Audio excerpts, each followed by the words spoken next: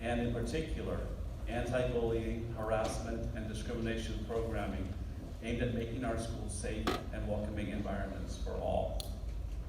A couple of things that we've done, though. One of the things that's very important is that this is a very transparent process, because I don't think people like the idea that something is done without their knowledge or understanding. And so one of the things that we have done is we have posted the date and the time of every single one of the lessons on our website. So you can find out when your child's lesson is going to actually be at school. It's not going to be a surprise and then they're going to come home and say, oh, we had our lesson today. So you will know, if you want to know, you can look at it. It's posted on our website. The student's showing you an example of that right now. Also, everything that we talked about tonight, maybe you haven't visited it yet, but is on the landing page of our website. There's a link that takes you to the resources for elementary parents, and it includes a lot of good information about not only the program, about the topic in general, some of the research that we kind of went over relatively quickly this evening. You can look at that yourself and read it. It's all. I think this is a topic that's important to learn more about as we go through this journey. And so we have all that information posted on our website. And my understanding is that the presentation tonight will be posted. So some of you taking pictures of it, which is fine, but we'll have that posted on our website as well. And or in case you know somebody who wasn't able to come tonight or wanted to come, if they couldn't, they could at least look at the presentation and go from there.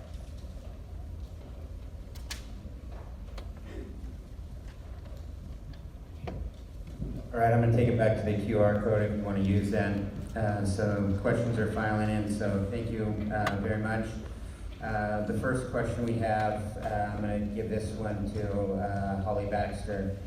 My 4th grade boy loves girl things like dolls, glitter, t-shirts, and just loves to play with girls. I'm concerned that this being added may give him uncertainty about whether he is a boy. This also concerns me that others will think that they are uncertain he is a boy. I will support for these special situations be made available. Really great question, and I'm glad that that came up because I know that's a question that a few people have had. And as I said, we wouldn't be asking, we're not asking anyone to talk about or to examine their own identity. So in the lesson, what we are really focusing on is just that everybody's different and everybody has different types of expression. So we wouldn't be asking any child to reconsider how they identify. That's the first thing. The second thing is that our research really shows, and I might throw it over to Todd for this as well, that exposure to gender diversity does not result in a child changing their gender or identifying differently.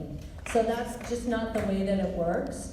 And really children by the 4th grade particularly have a very clear sense, generally speaking, of their own gender. We know that if you think about your own children and at what point your child knew that they were a boy or a girl, it wasn't because you told them you're a boy and you need to act like a boy. It's because they had an internal sense of who they are and how they were expressing themselves. And exposure to a 45-minute lesson in the 4th grade, we just don't have that kind of power to impact that strongly. It really is more going to be focused on knowing that there's all kinds of different individuals in the world. We all express each other, ourselves uniquely, and we have respect for that. And Todd, is there anything you wanted to answer? Okay, all right. I hope that answers the question. Thank you. Will there be continued community feedback welcome as the lessons roll out? Yes, we want your feedback all the time. So please reach out to either me or the counselors for that feedback. We know that throughout this process, we're going to be having formative evaluations when we go through the lessons. And if there's things that we need to change, we would like to hear from you. It doesn't mean 100% we're going to change those, but we definitely want to hear from you and to look at that just in case there's things that we do. So we're definitely open to that. And I'm going to piggyback on that for one moment and say that goes for all of our character counts programming. You may be receiving, and we try and send after every lesson we do on any topic in your child's classroom. As counselors, we try and send a notification out by Parent Square letting you know, we were in your child's classroom today and we talked about telling versus tattling, or whatever that might be. And I've gotten feedback going, oh, well, my student came home with this question, or I have this question. Or teachers will say to me, in that lesson, do you think that you could add in, etc. So we're always evolving, and I think that's what makes Oak Park a really terrific place, is that we're always innovating, always evolving. And so that goes across the board for these lessons and any of our character counts program. To clarify, there will only be one gender diversity lesson per year, correct? And that is correct. We're only going to do one lesson per year. And for the 4th and 5th grade lessons, those are 45 minutes, and then the other ones are roughly 35 minutes. Holly, this one's for you. Can you please explain how you will introduce pronouns in the 5th grade? Oh, thank you. Yes, because I didn't have my notes in front of me when I was doing this. I do want to add, so the 4th and 5th grade lessons do utilize the same literature, and they're essentially the same lesson, excepting that in the 5th grade, we will also introduce that there are different pronouns that could be used. So in that, we would be saying, you know, some people in the book were referred to as he, some people in the book were referred to as she, and then Jamie was referred to as just Jamie. There are kids like Jamie who ask to be called by they, and we always respect the way people want to be addressed for themselves. And that goes for pronouns, that goes for nicknames, that goes for kids who want to be addressed by their middle name instead of their first name, or Jimmy instead of James, that we always respect how other people want to be addressed, pronouns being just one of the ways that we address people. Thank you. What will the penalty be if a student is not at school for the lesson? It will be marked as an unexcused absence. It's just, and any other absence that if you don't call in within the 48 hours, those are marked as unexcused as well. So these absences will be marked as unexcused. I want to piggyback on that just a little bit. Just to let you know, although your child may not be at the lesson, all the other kids in their class are at the lesson. And in our 4th and 5th grades, especially, and even in our 3rd grades, I hate to say it, but we hear gender-biased harassment and teasing all the time. We have kids who report being called transgender on the playground. We have kids who have reported, and parents who have reported to us that their children referred to in negative, derogatory ways, using tranny, being called gay because of how they do or do not express their own gender. So these things are happening, and your child is part of the class. So the class is receiving the lesson. Personally, I would rather that your child gets the information from me or the other counselors than the next day from their classmates. So just to keep that in mind, there's of course no penalty in that way, but I just want to make sure they're getting good information, not secondhand information from other 4th or 5th graders. Thank you. Since the district is adding a lesson to the character counts program, what lesson had to be cut? We are not cutting one of the character counts lessons.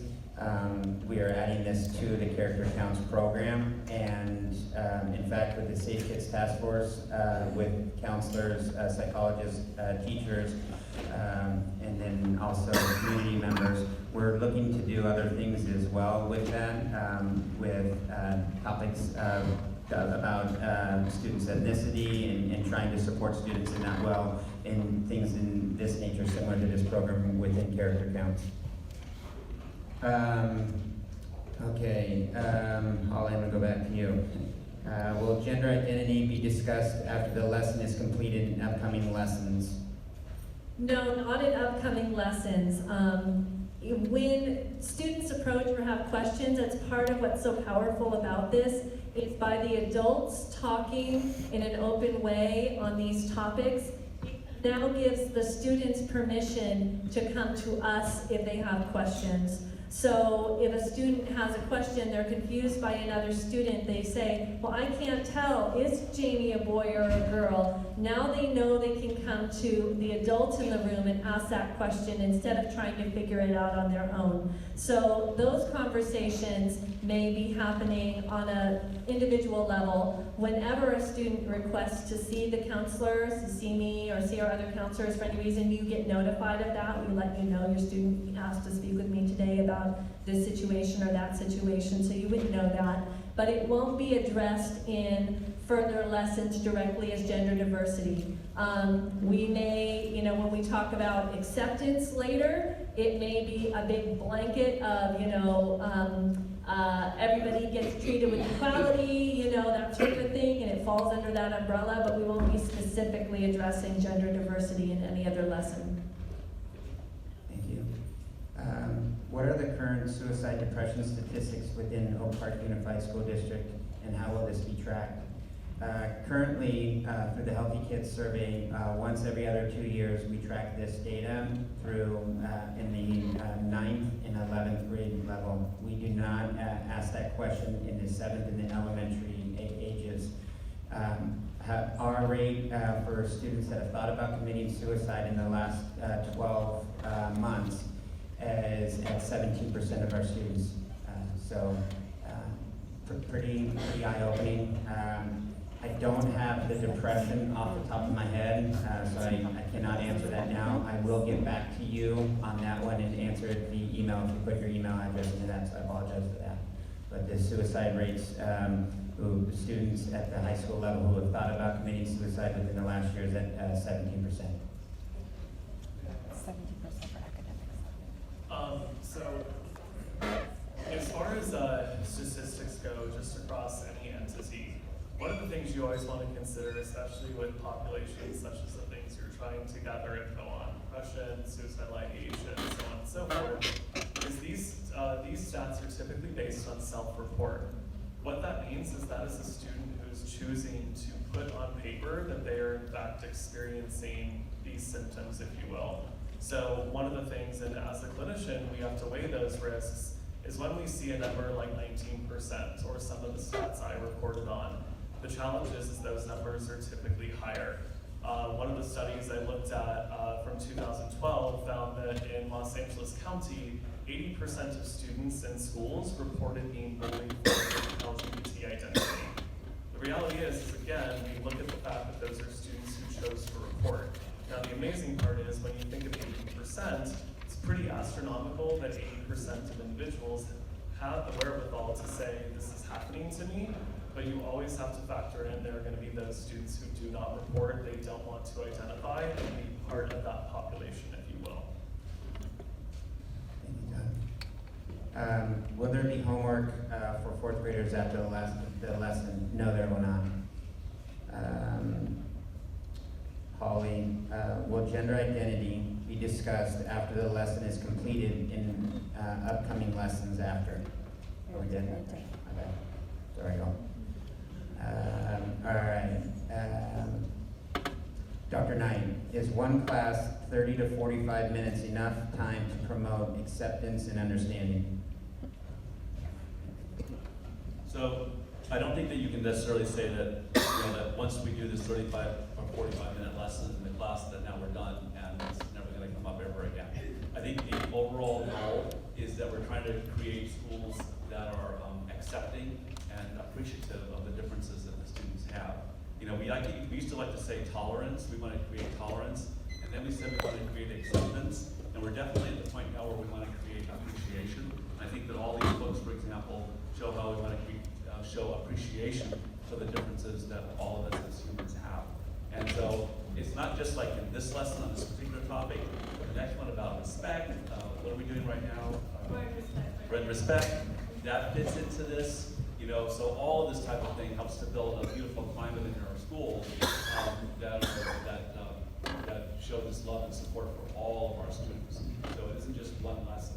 But I think it's important to say that this was important to pull out and not keep it just like ignoring it because it needed to be addressed because we have a tremendous need for this.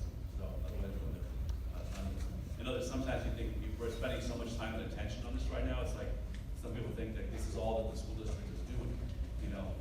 we're doing a lot of other things right now, believe me. I promise you, I'm trying to do a lot of other things. I'm having a difficult time with that.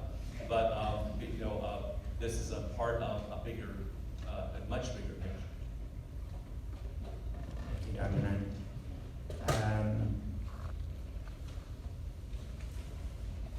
What if there is a child in the class that is non-binary, and it would benefit all kids to have that term explained? If my K-5 child asks to socially transition from a girl to a boy, will you inform me as a parent? Okay, I'll address if a child's in the class is non-binary and it would benefit all the children. So if we have a particular situation, and in all situations in our schools, we look at each child's individual needs. So if there's an individual situation in a classroom and there needs to be extra attention on that particular area, then we will, as a team, in accordance with the parents of that child, talk together to come up with a plan to support that child and determine what's the best course of action for that child and their classmates. So, at this point, our lessons do not include defining and giving that vocabulary. And, but again, if that's an individual need in a particular classroom, that would be addressed individually, and we would make a decision about what to do to support that student. Thank you.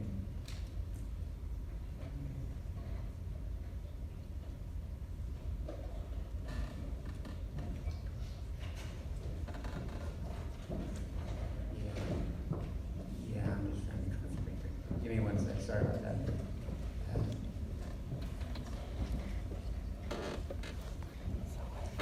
Okay.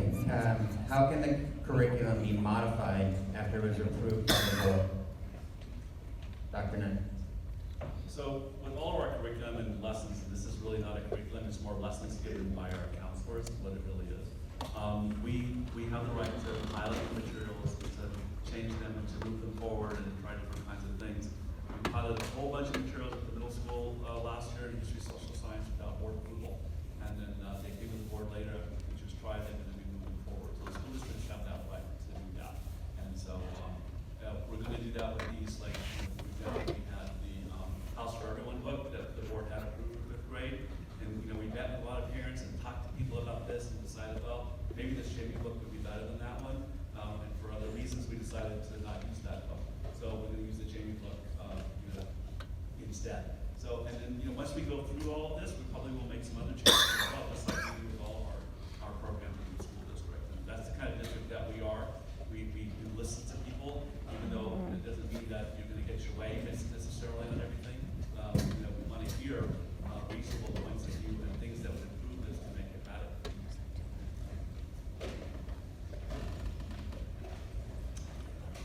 Okay, Holly, what definitions will be shared with the kids of any grade?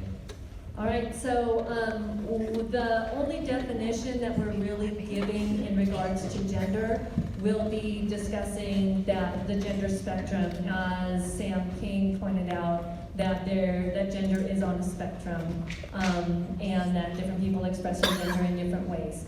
So we will not be providing definitions of vocabulary for non-binary, transgender, or gender fluid, or cisgender. However, I do want to point out that if a student were to raise their hand and ask those questions, that they would be answered appropriately, and then we would refocus on the conversation and the lesson. So without shaming those definitions or those vocabularies, because they should not be shamed in any way, if a student were to bring that up, we would take that as a learning moment.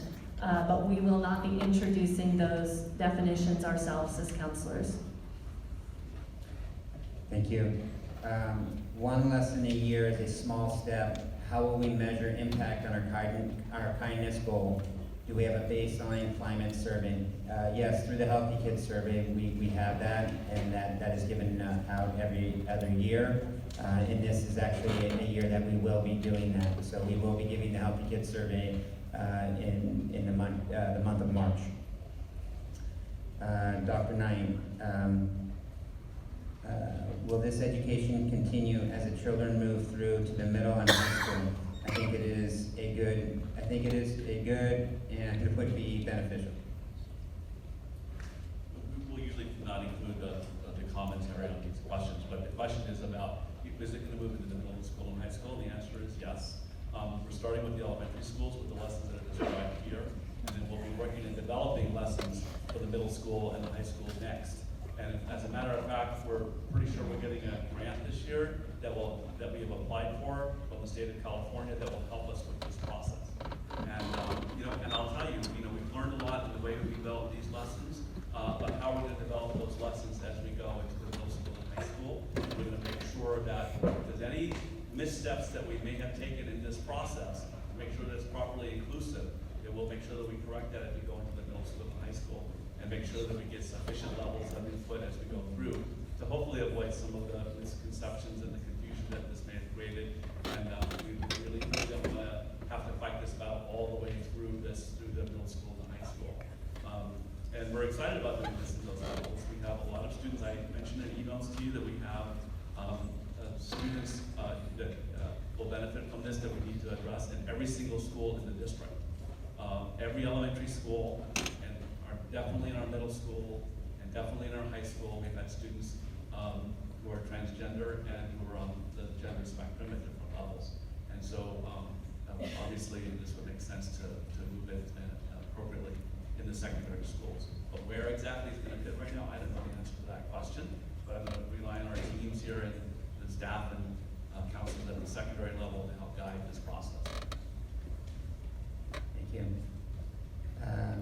This one's for our elementary counselors. Are there transgender or non-binary students at the elementary schools currently? I'm really glad that the question was asked, because again, that was something in my notes that I wanted to point out, was that we educate and we have children in every level of our elementary schools learning and growing that are transgender, non-binary, or gender fluid.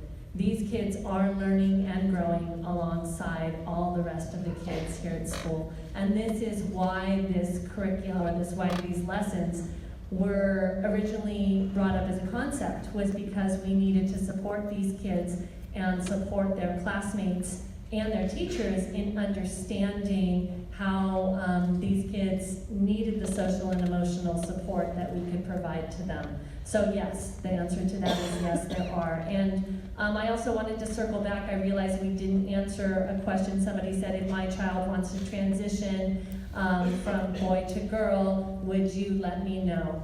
And we really pride ourselves on working to address the needs of each individual student. So that's a difficult question to answer, because it would really, I like to think that with every student, we have a very good relationship with their parents, they have a good relationship with their parents, and that you would be the one coming to us saying, my child wants to transition, or we're going through this at home and we want to make sure the school is in the loop about the conversations that we're having at home or not having at home, or what we want or don't want for our child. I would like to think that that's always going to be a collaborative discussion.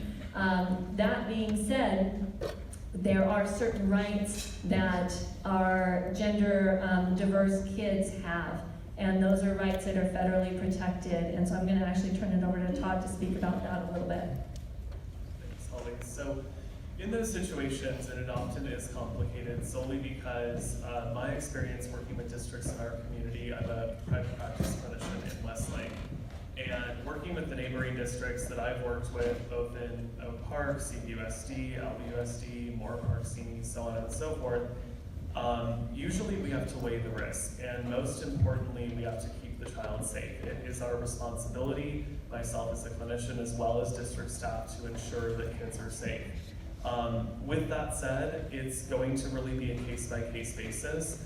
My experience working with the children that I've worked with is usually the parents are very receptive and on board, and honestly need a lot of support from their districts of how to implement a transition.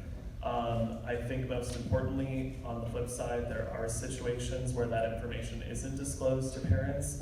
The purpose of that is simply safety. Obviously, we have to protect that student again, and we have to go based on the information they report to us.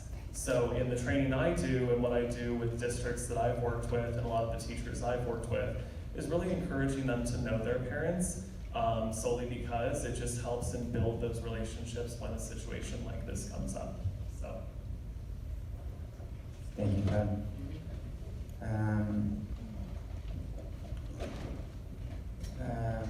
Why didn't parents not have a vote in this? What we did when we brought the lessons, and we shared the lessons with all elementary staffs, and then in addition to that, we spoke to the Safe Kids Task Force about the lessons, and every member of the Safe Kids Task Force approved those lessons as well. In addition to that, we took it to the Curriculum Council, and all of these task force and groups have parents on the committee. In addition to that, we presented, I want to make that very clear, we presented to the faculty club parents. And we also took it to the school board for their approval. One of the things that the school board said before we implemented the lessons is that we must have a parent night. The last thing we wanted to do was just have this just be something that we thought that we were trying to hide from you. That is not what we were trying to do. So before we were implementing any of these lessons, we were instructed by the school board to have a parent evening to hear your feedback as well on this.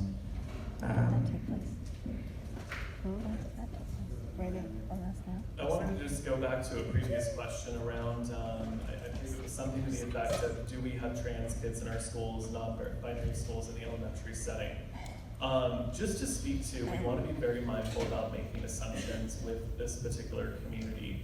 What I often see, and as a clinician, I get a lot of parents who will call me and, oh my gosh, you know, my son Johnny wanted to use a purse today. Is he gay? Is he trans? Is he non-binary? I have no idea. He wore a purse for 5 minutes. I can't speak to that. So just something to really consider, that when it comes to making assumptions, just being mindful. Just because someone dresses a certain way doesn't mean anything. I think if anything in our current society and in our world, we're seeing the widest range of gender expression we ever have seen across all of the different cultures, ethnicities, populations, so on and so forth. So just again, really providing caution to that about making assumptions about students within the district and the community as large. Thank you, Todd. I think gender diversity for elementary schools kids, including kindergarten, is too early and can create great confusions, especially when teaching kids it's okay to be gender fluid. Can we have this education at a later age or grade level? So I'm going to start with the second half to that question, but I'm going to start there.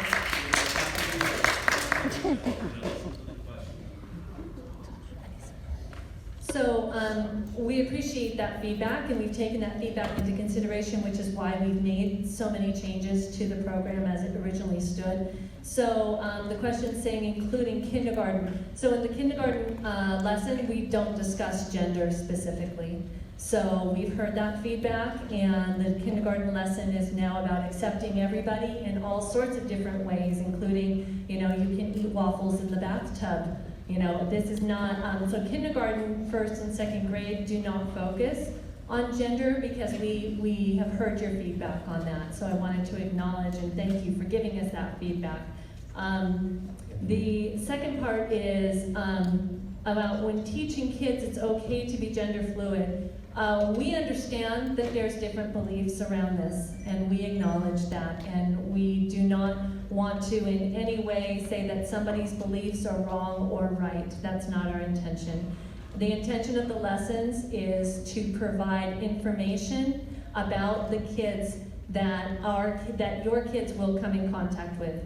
That these are individuals that are out there. We're not saying, you know, one way is good, one way is bad, or vice versa.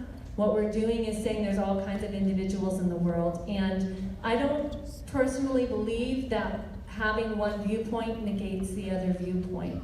or having, affirming the rights of one individual takes away the rights of another.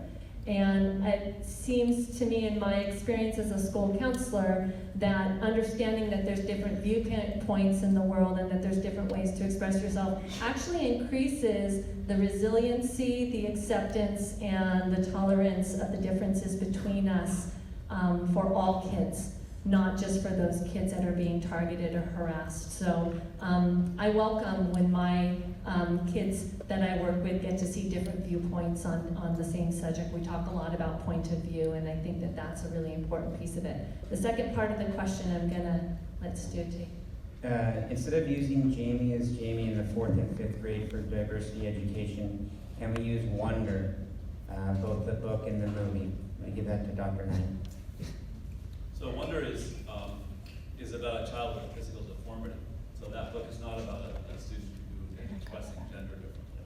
So it's a great story, and we use it as a community read, and some of our teachers use that book, and I highly recommend that book. And it definitely helps towards this issue, but it isn't focused on the topic. And so this is where the books that have been selected generally focus on the topic, especially in the 3rd, 4th, and 5th grade. Yep. You say that it's a 30-minute lesson, but your literature state specifically says you plan on continued training of staff, clarifying policies, handbooks, and inform stakeholders. We're constantly educating our staff and giving them professional development in this area. Last year, the counselors at all the sites did professional development with all the staff on gender diversity, gender expression, LGBT community, and in addition, we're doing that again this year with all the staffs. We've already completed at Medea Creek Middle School and Oak Park High School, and we will be working with the other elementary schools as well. In addition to that, at Oak Park High School, we have a gender neutral dress code that is already in our handbook as well. So very progressive on that as well.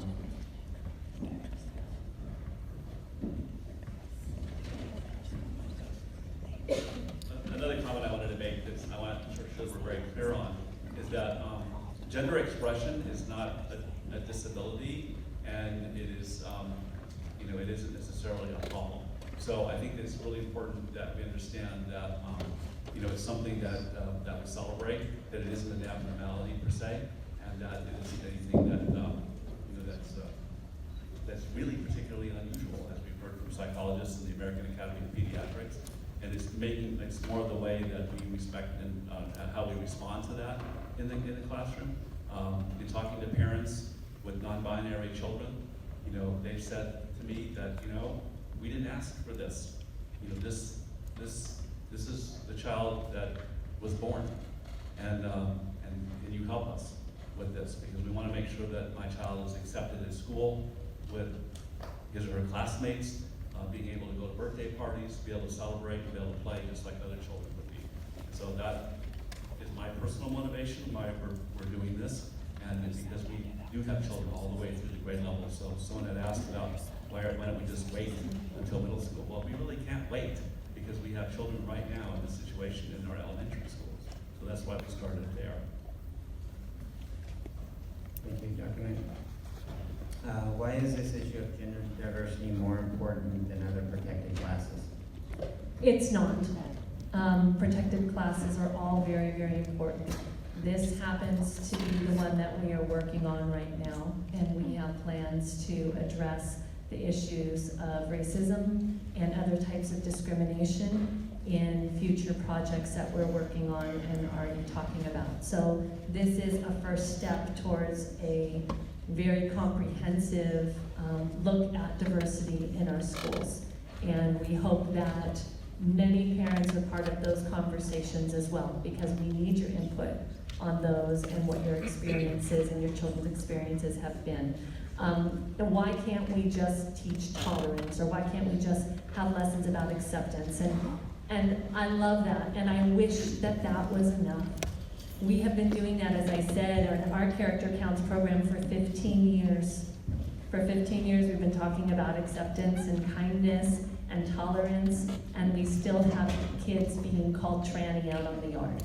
And this is a protected class of individuals and needed to be targeted with a little bit extra, the same way that, you know, we needed to accentuate other things that we were seeing pop up. You know, when we see a problem, we want to address it head on. And this is why just lessons about acceptance and diversity are unfortunately, I wish it were. I wish I could have that lesson and everyone was treated the same and everyone was treated equally, but that's just not what's happening. Thank you, Lonnie. How much money has the district received from government, public, and private entities to implement this K-5 curriculum? When we have our regular money that we receive from the state and all that, we are not receiving any extra money in order to implement this program. However, there is a grant that we have written last year that we're hoping that we get approved here in the next couple months to work towards this and other things as well, social emotional learning, gender diversity, and ethnic topics as well. So, in cultural, all of that we're looking to expand this in not just this area, but in several other areas as well.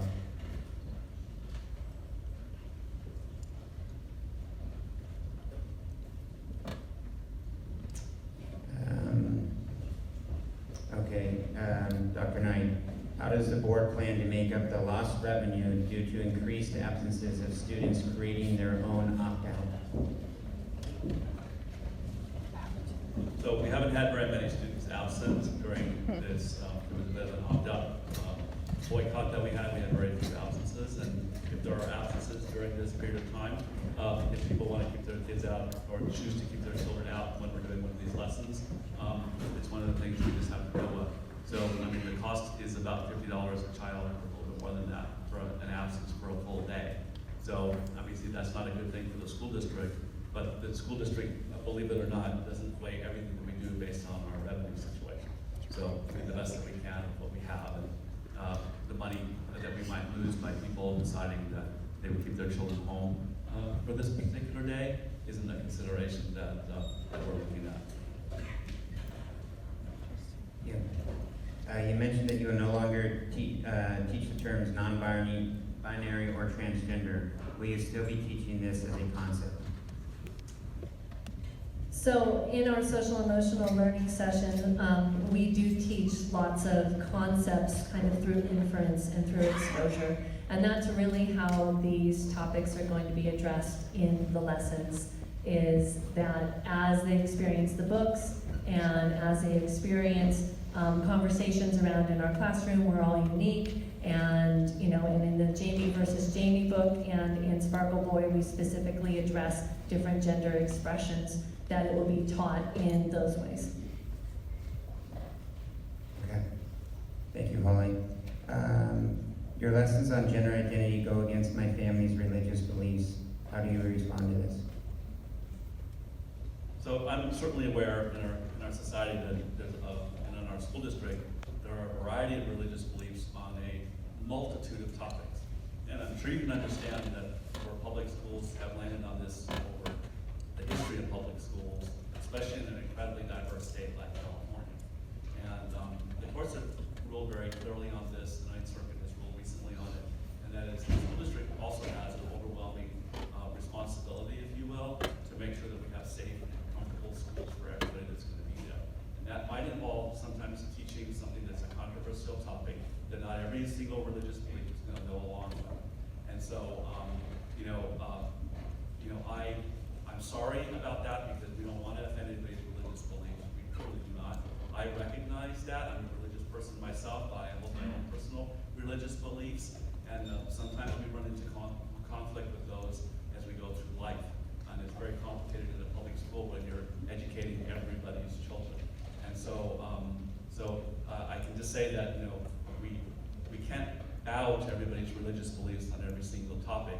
Or a long time ago, we would have stopped teaching about natural selection and evolution, and it still might be an issue for some people, or even climate change. So, these are issues that we regularly touch on and deal with in depth in public schools, and this is another one of those things. why did Oak Park Unified School District decide to include this in this topic in the lessons? Has there been any bullying towards transgender children at our schools today? Yes, we have. At all sites, there has been bullying on this, and it's something, the big key reason why we're doing this. So yes. And I want to add to that a little bit in that we know that getting kids on board early is the key towards middle school success. And we know that middle school is a very difficult time, and a lot of people say, well, why don't you wait till middle school to do these lessons? Because there needs to be a foundation before they get to middle school, and they are getting that negative information at that point. And so the sooner, the earlier that we address these situations, then the better off we are. And that's the same reason that we teach anti-bullying strategies in the kindergarten, first and second grade, so that by the time they get to third grade and it really becomes an issue, it's not the first time that they are being introduced to the topic. Okay, will you have a parent panel give input for the middle and high school program? That's things that we're talking about doing right now. We're definitely going to want parent input for that. At this time, I don't know what that's going to look like. It could be in the form of putting together another task force and asking parents to be on that. It will maybe sending out a survey, things of that nature. But as of right now, I wouldn't be able to fully answer that question. But yes, we do want parent input on that.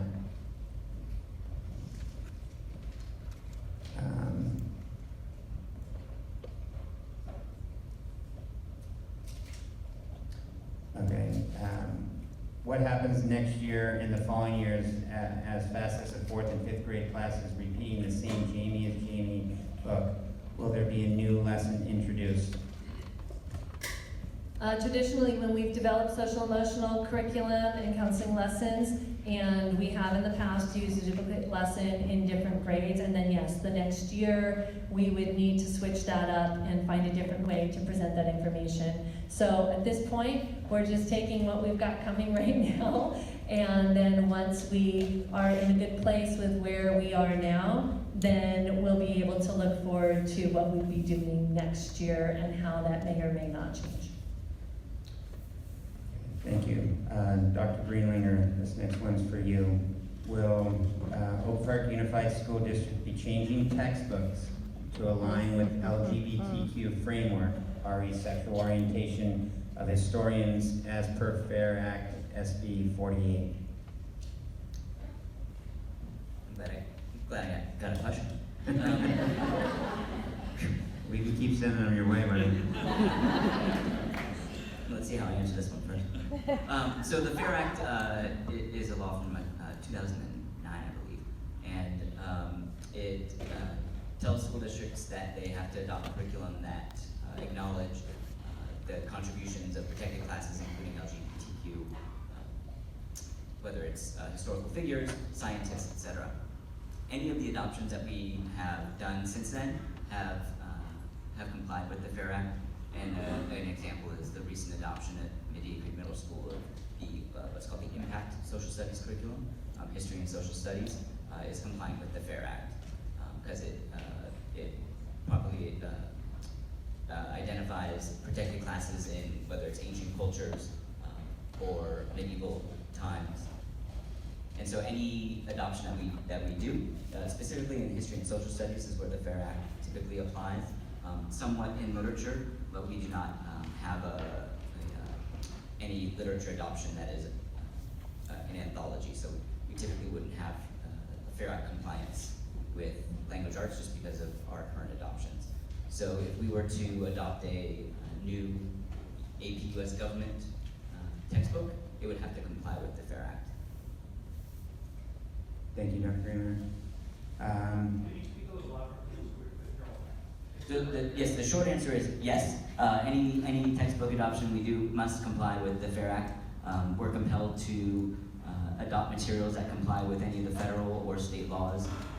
And For the most part, in the state of California, the State Board of Education will give its blessing, for lack of a better word, to particular adoptions. And once the State Board of Education says that it complies with the FAIR Act, then we know that we can adopt that particular material. So our most recent adoption at the middle school for history social studies was a State Board approved curriculum, meaning that it was vetted to have complied with the FAIR Act. Thank you. Dr. Knight, actually, no, this one's not for you. We have two questions that are very similar, asking if, and I'm just going to put them together, accepting students and children with disabilities, for example, they're on the spectrum with autism, or they have tics and things of that nature. How are we looking at handling that, and are we going to be doing lessons on to help kids understand students that are on the spectrum? So it is an ongoing conversation, how we are going to continue developing our diversity and acceptance program and lessons. Again, this is just a first step. So having things like disability awareness and those sorts of things are things that we already do in school. And again, looking at that individual. So if there's an individual situation in the classroom, and we have done this, I've gone into classrooms where a parent is expressing that there's a need for their child who is having a hard time fitting in because of something like, a disability, whether it be physical or developmental disability. And we have gone in and targeted that particular classroom or that particular grade level. I think I'm losing that particular grade level with a lesson to encourage acceptance and promote awareness and be part of that. So individually, yes, we have, and hopefully in the future there'll be a more comprehensive way that we're addressing that in addition to what we already do. I just want to add that gender diversity lessons like that are not more important than other kinds of children in our schools. Everybody is very important. We keep emphasizing they're all part of this. And we already have a lot of lessons and experiences for students to learn about abilities and disabilities and differences in learning. You can walk into any of our classrooms in the schools and you can see this is very apparent. I look for this when I walk into classrooms, and I can see that there is, there's great acceptance in general, especially with children who learn differently. Because we know that we have aids supporting some children, because we have a full inclusion model. We're one of the first school districts to have a full inclusion model for children with special needs. That means that we don't take our special needs children and throw them in another classroom in another school. Once upon a time, I was an elementary school principal in this district in the early 1990s. That is what we did.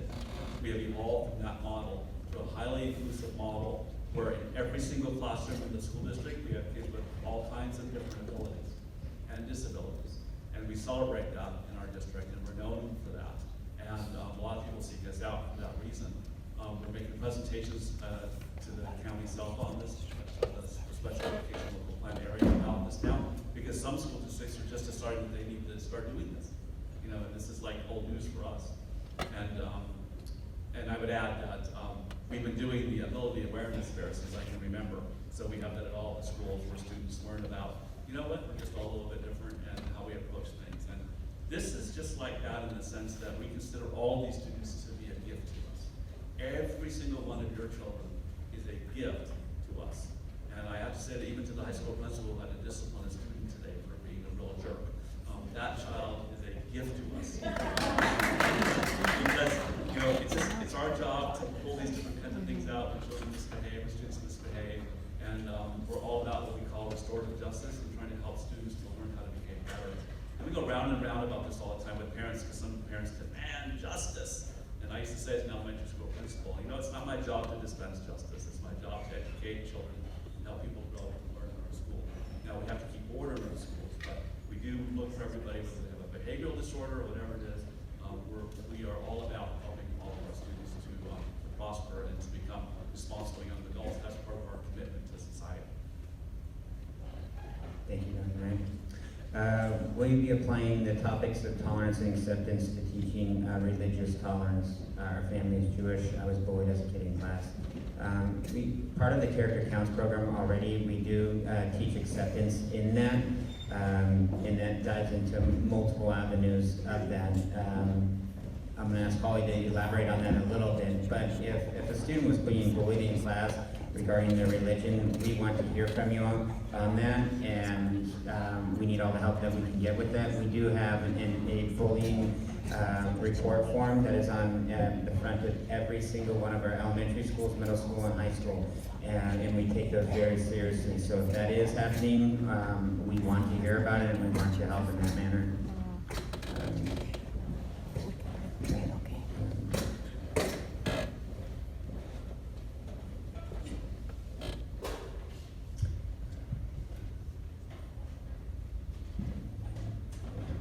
The goal is to create an environment of inclusion for children that may feel possibly harassed.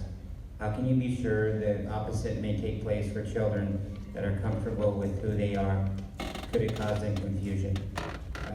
Todd, would you be able to answer that one, please? So, in my experience, just working with kids, kids are stubborn, if we all haven't noticed. And typically when I work with kids, especially at the elementary level, and I do see a lot of gender identity developing, kids, for lack of better words, are going to associate with what they feel comfortable with. Often in my experience, they're going to use a lot of adult experience. I remember when I was working in a kindergarten classroom a couple of years back, and I wore a pink shirt to school that day. And a boy came up to me, 5 or 6 years old, and said, "Oh my gosh, you're wearing a pink shirt. Boys can't wear pink shirts." I said, "They totally can wear pink shirts." Long story short, kid went home, drove mom crazy. The following day, he was in the classroom in a pink shirt.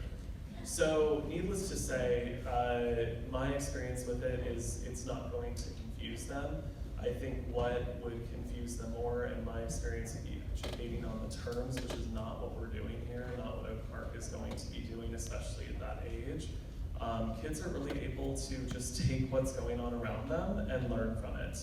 So I think what's so important in the work that this district is doing is they're creating that safe environment for kids to be able to do that. Thank you, Todd. Ollie, why are we focusing on gender as making